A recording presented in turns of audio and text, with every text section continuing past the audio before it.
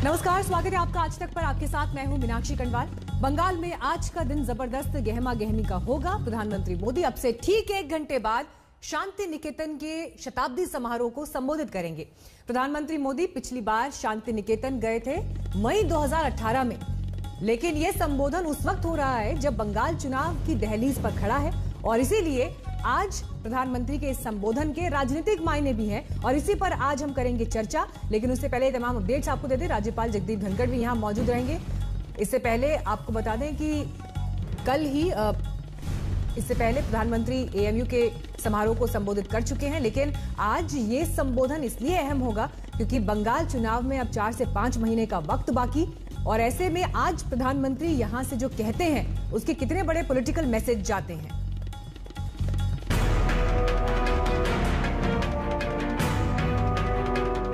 गुरुदेव रविंद्रनाथ के शांति निकेतन में आज फिर गहमा गहमी है। 100 साल पूरे हो गए।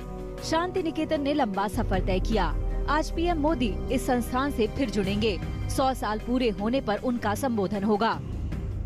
लेकिन ये महत्वपूर्ण है कि अभी तक प्रधानमंत्री नरेंद्र मोदी ने पश्चिम बंगाल में ये विश्व भारती यूनिवर्सिटी में उन्हें आना था, लेकिन कोरोना काल के कारण 100 वर्ष पूरे होने पर आज ये वर्चुअल संवाद स्थापित करेंगे। बहुत महत्वपूर्ण है क्योंकि जहां एक और एएमयू जेएनयू के बाद अब ये पहला मौका होगा जब वो संवाद स्थापित करेंगे छात्रों से। अपने आप में लोकप्रियता तो है ही और उसके साथ साथ अब उसे जन जन तक पहुंचाने का प्रयास बंगाल में। शांति निकेतन चर्चा में है क्योंकि ठीक 4 साल पहले गृह मंत्री अमित शाह यहाँ आए थे। गुरुदेव को नमन किया था, छात्रों से संवाद किया और रविंद्र संगीत का आनंद भी लिया। अब पीएम का संबोधन है। सवाल ये है कि क्या गुरुदेव पर इस आस्था का संबंध चुनावी राजनीति से है। अपने दौरे में अमित शाह स्वामी विवेकानंद के पैतृक घर गए, खुदीराम बोस को श्रद्धांजलि दी, गुरुदेव के शांति निकेतन आए। स्वतंत्रता संग्राम में बंगाल और बंगाली सपूतों का योगदान भारत कभी भुला नहीं सकता और खुदीराम बोस यही परंपरा के वाहक थे। महापुरुषों से खुद को जोड़ने की ललक दूसरी तरफ यानी टीएमसी में भी दिख रही है। अमित शाह स्वामी विवेकानंद के दर तक पहुंचे तो टीएमसी ने भी बड़ा प्लान तैयार कर लिया है। टीएमसी 12 जनवरी को विवेकानंद जयंती मनाएगी। 23 जनवरी को नेताजी सुभाष चंद्र बोस की जन्मशती मनाई जाएगी। 12 জানুয়ারি मंगलवार আমরা প্রতিটি ওয়ার্ডে ওয়ার্ডে ব্লকে ব্লকে জেলায় জেলায় অঞ্চলে অঞ্চলে স্বামী বিবেকানন্দের জন্ম জয়ন্তী পালন করবার কর্মসূচি নিয়েছি। যথাযোগ্য মর্যাদা সহকারে স্বামীজি স্বামী বিবেকানন্দের জন্মজয়ন্তী পালন করবার হওয়া উচিত। আর প্রত্যেক পার্টি নিজস্ব প্রোগ্রাম করার অধিকার আছে, করবে, কিন্তু বিজেপি করলে ওনাদের করতে হবে। বিজেপি ঝান্ডা বাঁধলে ওনাদের ঝান্ডা বাঁধতে হবে। এটা কি ধরনের রাজনীতি? আজকে বিজেপিকে ওনারা ফলো করছেন। यानी कि टीएमसी और बीजेपी की इस मोर्चाबंदी में महापुरुषों पर भी आमना सामना है, लेकिन असली लड़ाई तो चुनावी मैदान में है। बीजेपी का पूरा एक्शन प्लान तैयार है। कह सकते हैं कि पीएम मोदी ने इस जंग में दस्तक दे दी है। ये जंग कितनी तल्ख होगी इसकी झलक पीएम मोदी बिहार चुनाव के नतीजे आते ही दिखा चुके हैं। आज तक ब्यूरो। तो हमारे साथ आज चर्चा में खास मेहमान जुड़ रहे हैं, उनका भी हम रुख करेंगे, लेकिन सबसे पहले रुख कर लेते हैं मनोज्ञा का, जो इस वक्त शांति निकेतन में ही मौजूद हैं, जहां ठीक 1 घंटे बाद प्रधानमंत्री नरेंद्र मोदी संबोधित करेंगे। मनोज्ञा, आप तो इस वक्त ग्राउंड जीरो पर मौजूद हैं, किस तरह की हलचल आप देख रही हैं? इससे पहले तो प्रधानमंत्री 2018 में वहां आए थे, लेकिन बंगाल चुनाव से पहले ये संबोधन बहुत अहम होने वाला है। बिल्कुल, लेकिन प्रधानमंत्री नरेंद्र मोदी की एक खासियत भी है कि वो हमेशा वही करते हैं जो लीस्ट एक्सपेक्टेड होता है। यानी कि आज भी राजनीति की कोई बात नहीं होगी, युवाओं से संवाद स्थापित किया जाएगा। विश्व भारती यूनिवर्सिटी के वो चांसलर हैं। भारत की कुछ ही ऐसी यूनिवर्सिटीज हैं जहाँ प्रधानमंत्री चांसलर हैं, बाकी सभी जगहों पर प्रेसिडेंट यानी कि राष्ट्रपति चांसलर होते हैं, आचार्य होते हैं। तो आज आचार्य अपनी यूनिवर्सिटी में यहाँ पर विश्वविद्यालय को न सिर्फ संबोधित करेंगे बल्कि अपनी बात भी रखेंगे आने वाले दिनों में। युवाओं से जुड़ने में हमेशा हमेशा प्रधानमंत्री नरेंद्र मोदी की एक खासियत रही है। और आज के इस कार्यक्रम में जहां कोविड-19 के प्रोटोकॉल्स भी हैं, तो वहीं दूसरी ओर मास्क पहनकर अंदर जितने लोग जा रहे हैं उन्हें कार्यरत जो हैं वो, इसके अलावा जो स्टूडेंट्स हैं, जो छात्र हैं, वो सब भी 100 वर्ष पूरे हो रहे हैं विश्व भारती यूनिवर्सिटी के। बड़ी बात है और उसके साथ साथ एक खुशी की बात है, क्योंकि ये एक अस्मिता की खासियत है बंगाल की, और बंगाल का जो जुड़ाव है विश्व भारती यूनिवर्सिटी से, कवि गुरु रविन्द्रनाथ टैगोर से, वो एक अद्भुत बात की तरह जाना जाता है।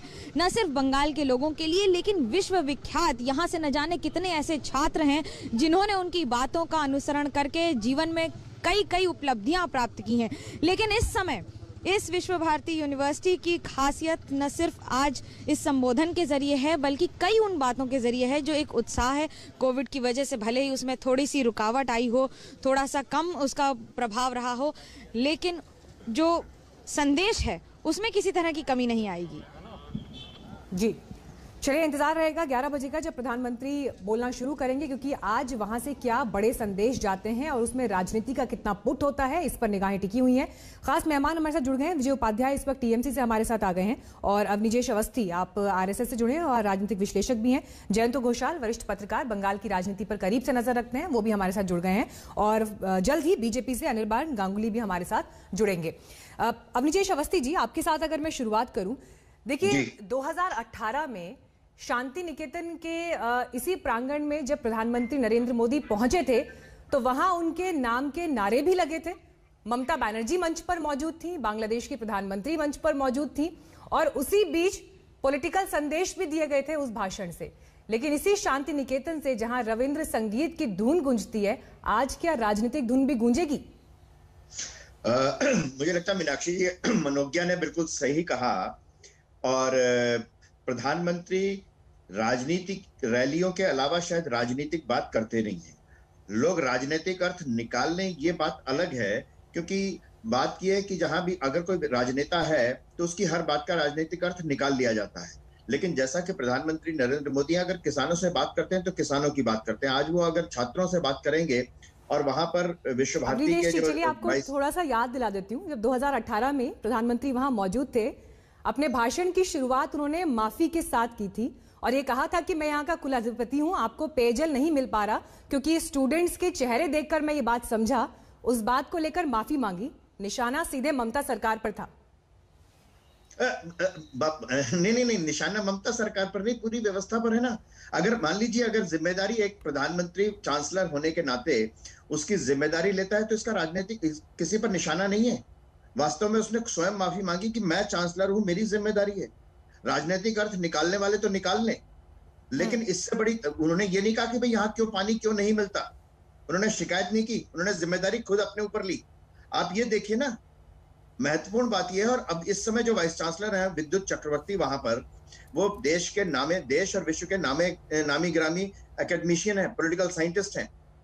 उन्होंने जिस तरीके से शांति निकेतन की व्यवस्था को सुधारा है और वहां पर भी जिस तरीके की कई बार हिंसा हो चुकी थी, उसमें एक नया बदलाव आया है।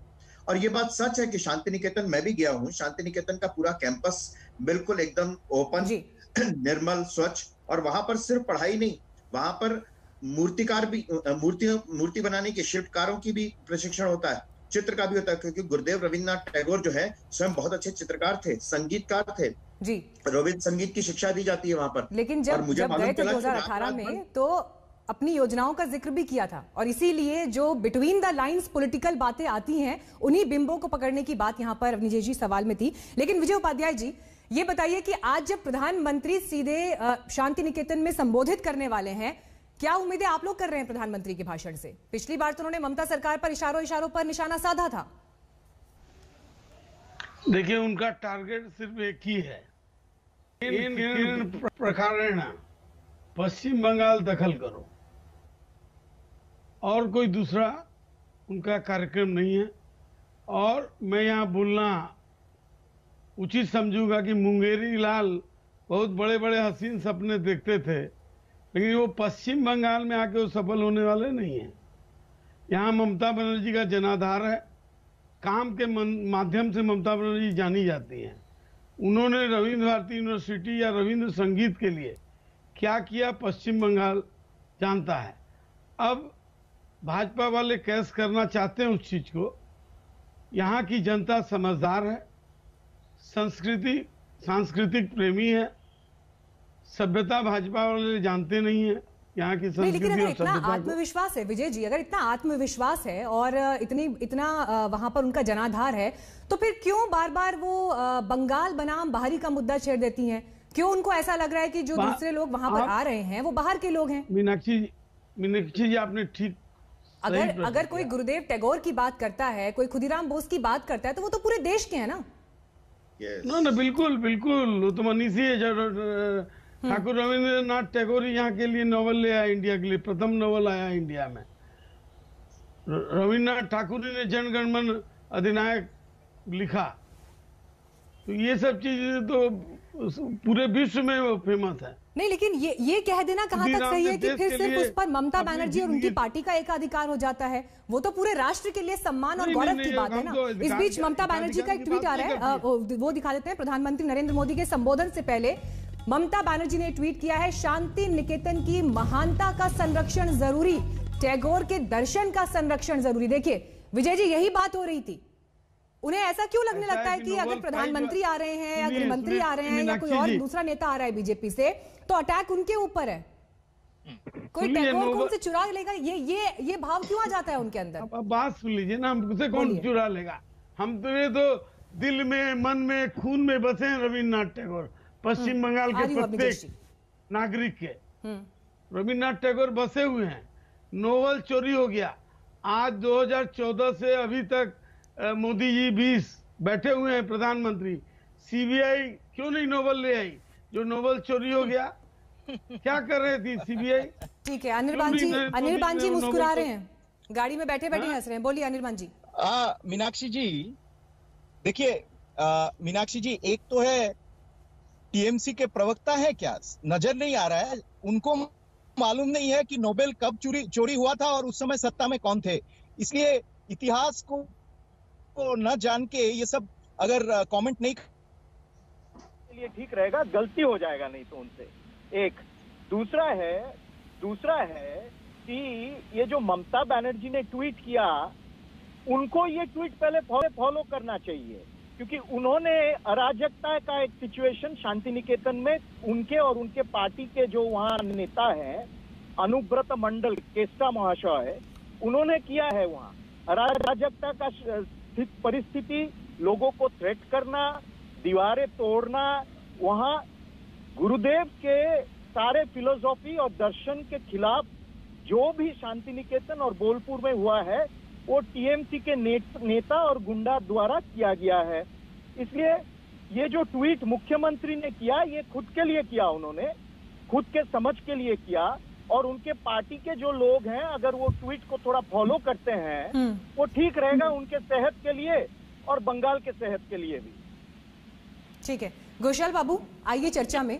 आज जब प्रधानमंत्री यहां पर संबोधित करेंगे शांति निकेतन विश्व भारती यूनिवर्सिटी को, सवाल ये उठता है कि यहां इस शैक्षिक संस्थान के मंच से पॉलिटिकल मैसेज किया जा रहा है बंगाल चुनाव से ऐन पहले।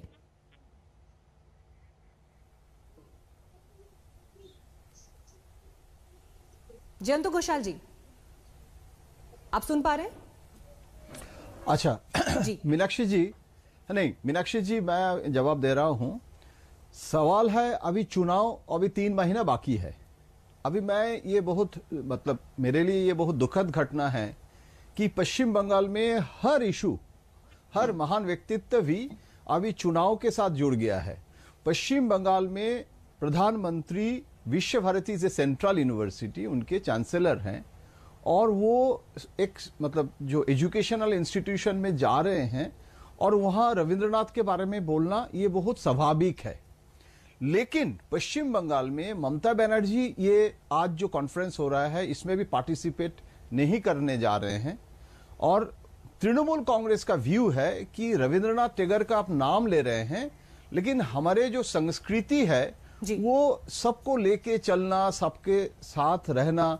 रविंद्रनाथ टैगोर ने हिंदू मुस्लिम यूनिटी के लिए भी बहुत कुछ किया है और वो जो राखी उत्सव मतलब हिंदू और मुस्लिम वो देश भाग और पार्टीशन जो हुआ था बंगाल का 1905 में और उसके खिलाफ था। और टैगोर का जो नेशनलिज्म वो भी हिंदू नेशनलिज्म के साथ नहीं जुड़ता है जी। और वो इंटरनेशनलिज्म और नेशन के बारे में भी अपना जो विचार है, वो भाजपा का जो आइडियोलॉजी है उसके साथ भी रविंद्रनाथ टैगोर का वो फिलोसॉफी के साथ कॉन्ट्रडिक्शन है। ठीक है, चलिए अनिर्बान जी इसी पॉइंट पर जवाब देंगे, इसी पॉइंट पर अनिर्बान जी जवाब देंगे। एक छोटे से ब्रेक के बाद फौरन लौट रहे हैं। मनोज्ञा भी मौजूद है शांति निकेतन में, जहां अब से 45 मिनट बाद प्रधानमंत्री नरेंद्र मोदी बोलेंगे। फौरन लौट रहे हैं, देखते रहिए आज तक।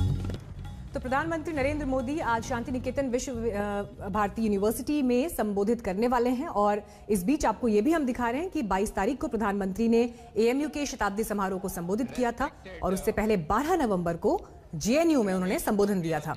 तो शैक्षिक संस्थानों के मंच से प्रधानमंत्री ने युवाओं से तमाम अपील की, उनसे देश के विकास में जुड़ने की अपील की। लेकिन इस बीच चर्चा इस बात को लेकर भी हो रही है कि जब आज प्रधानमंत्री शांति निकेतन में बोलेंगे और बंगाल में 4 से 5 महीने बाद चुनाव हैं, तो ऐसे में आज यहां से राजनीतिक संदेश की दिशा में भी क्या कोई बड़ी बात आती है, ये देखना होगा। क्योंकि एक तरह से प्रधानमंत्री के शैक्षिक संस्थान के मंच से बंगाल के चुनावों में एक इनडायरेक्ट एंट्री जरूर हो गई है। इसी पर बातचीत को आगे बढ़ाएंगे, एक ब्रेक के बाद फौरन लौट रहे हैं। तमाम मेहमान हमारे साथ जुड़े हुए हैं।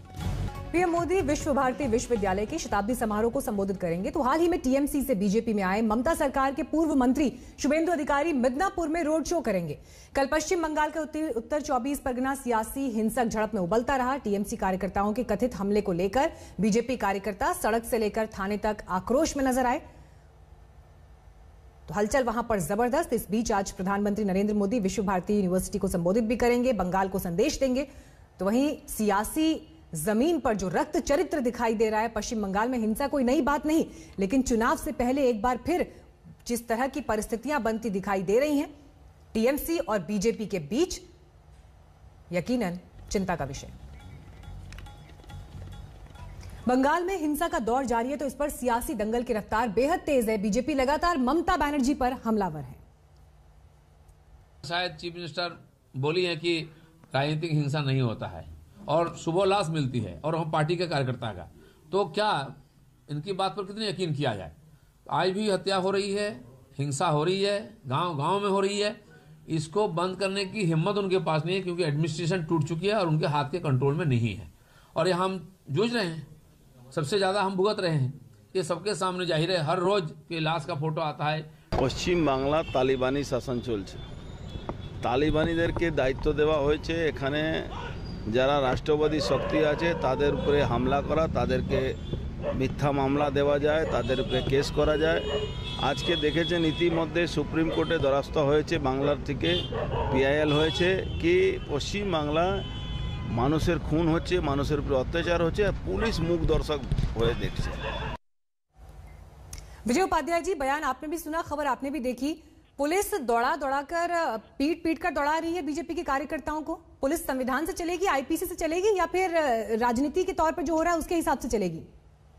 थाना में घुस के आप तोड़फाड़ कीजिएगा, ऑफिसर पुलिस अधिकारी को मारिएगा, तो क्या नाटक देखेंगे, मार खाएंगे? ये भी सोचने वाली बात है कि नहीं। ये ममता बनर्जी ने ही बदला नहीं, बदल चाहिए, और बदल चाहिए, बदलना नहीं लेंगे, और नहीं लिया। रविंद्र संगीत बजवा दिया, कार्यकर्ता गरम थे, लेकिन कहा कि नहीं, किसी को नहीं मारना है, बदला नहीं लेना है 2011 में। और जंगल महल में मेदिनीपुर, पुलिया, बाकुड़ा डेली लाश पड़ती थी। जनाब, बदले का आप स्तर देखिए ना, बदले का स्तर आप ये देखिए। शुभेंदु अधिकारी अगर आपकी पार्टी छोड़कर जाते हैं, ममता बनर्जी का साथ छोड़कर जाते हैं, तो देखिए यही खबर छपी हुई है कि पहली बार जब उन्होंने पूर्वी मिदनापुर जिले में आपकी नेता ने रैली की, तो इस रैली में शुभेंदु के परिवार के सदस्यों को न्योता नहीं दिया गया, जबकि शुभेंदु के पिता शिशिर अधिकारी और बड़े भाई दिव्येंदु अधिकारी टीएमसी के सांसद हैं। अपने ही सांसदों से आपने किनारा कर लिया। ये हमारा ये टीएमसी का व्यक्तिगत मामला है, इसको लेके क्वेश्चन करने का अधिकार किसी को नहीं है। ठीक है, वो हैं कि नहीं है वो हम समझेंगे, ममता बनर्जी समझेंगे, और यहाँ सर्वोपरि नेता है ममता बनर्जी। शुभेंदु अधिकारी नंदीग्राम, जहाँ से वो विधायक हैं, खड़े होकर शुभेंदु अधिकारी के भाई टीएमसी के भी सांसद है ना, जनता ने चुनकर भेजा है। मैं आपसे पूछ रही हूँ, उन्हें रैली में ना बुलाने के पीछे क्या वजह थी? नेता को ले लिया, सब समझ में आ जाएगा। बताइए जी। तब समझ आ जाएगा, हार के मुंह तो जाएंगे शुभेंदु। चलिए एक सेकंड सर, मैं आपको रोक रही हूँ क्योंकि एक बड़ी खबर इस वक्त हमारे पास आ रही है। नमस्कार, मैं हूं अंजना ओम कश्यप। हमें उम्मीद है ये वीडियो आपको पसंद आया होगा। लेटेस्ट खबरों के लिए यूं ही देखते रहिए आज तक, और इस वीडियो के पसंद आने पर लाइक, शेयर एंड सब्सक्राइब करना ना भूलें।